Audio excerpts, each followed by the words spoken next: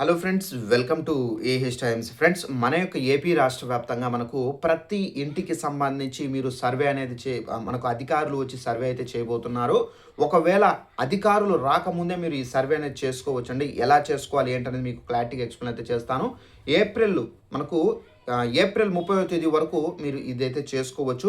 అయితే ఎలా చేసుకోవాలి ఏంటనేది మీకు క్లారిటీగా ఎక్స్ప్లెయిన్ అయితే చేస్తాను. ఈ వీడియో నచ్చినట్టయితే లైక్ చేసుకొని ఛానల్ కూడా సబ్స్క్రైబ్ చేసుకొని ఫాలో అవుతుండండి. అయితే దీనికి సంబంధించి మనకు ఒక నోటిఫికేషన్ కూడా అయితే వచ్చింది. ఆ నోటిఫికేషన్ ముందుగా ఇక్కడ స్టిక్ చేస్తున్నాను చూడండి. సెల్ఫ్ ఎన్యుమరేషన్ విధానం అయితే ఇది. అంటే మీరు అధికారులు రాకపోయినా కానీ రాకపోయినా మీరు ముందుగా మీ ఇంట్లోనే మీ మొబైల్ ద్వారా ఈ సర్వే అనేది చేసుకోవచ్చు.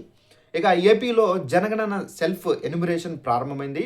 ప్రజలు sc.cenysus.gov.in పోర్టల్లో ఇంటి పెద్ద పేరు అలాగే మొబైల్ నెంబరు ఓటీపీతో లాగిన్ అయ్యి జిల్లా అలాగే పిన్ కోడ్ గ్రామము పట్టణము వివరాలు అనేది ఇవ్వాల్సి అయితే ఉంటుంది. మ్యాప్లో ఇంటి లొకేషన్ గుర్తించి అడిగినటువంటి ప్రశ్నలను పూర్తి చేయాల్సి అయితే ఉంటుంది.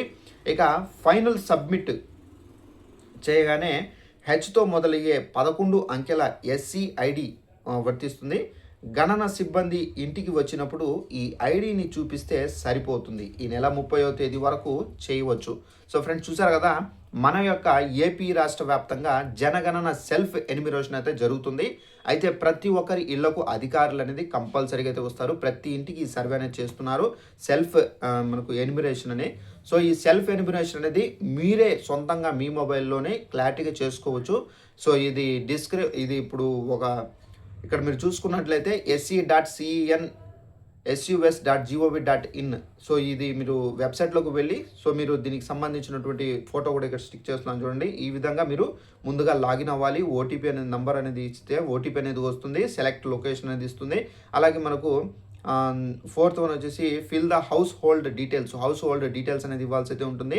సబ్మిట్ ఇన్ఫర్మేషన్, ఈ ఇన్ఫర్మేషన్ అయితే మీరు ఇవ్వాల్సి అయితే ఉంటుంది. ఈ ఇన్ఫర్మేషన్ మొత్తం ఇచ్చిన తర్వాత మీకు ఎస్సీ ఐడి అనేది ఒకటి వస్తుందండి. ఆ 11 అంకెన ఎస్సీ ఐడి అనేది మీ ఇంటికి అధికారులు వస్తే కనుక మీరు ఆ ఐడి అనేది వాళ్ళకి చెప్తే కనుక సెల్ఫ్ ఎన్యుమరేషన్ అనేది అయిపోతుంది.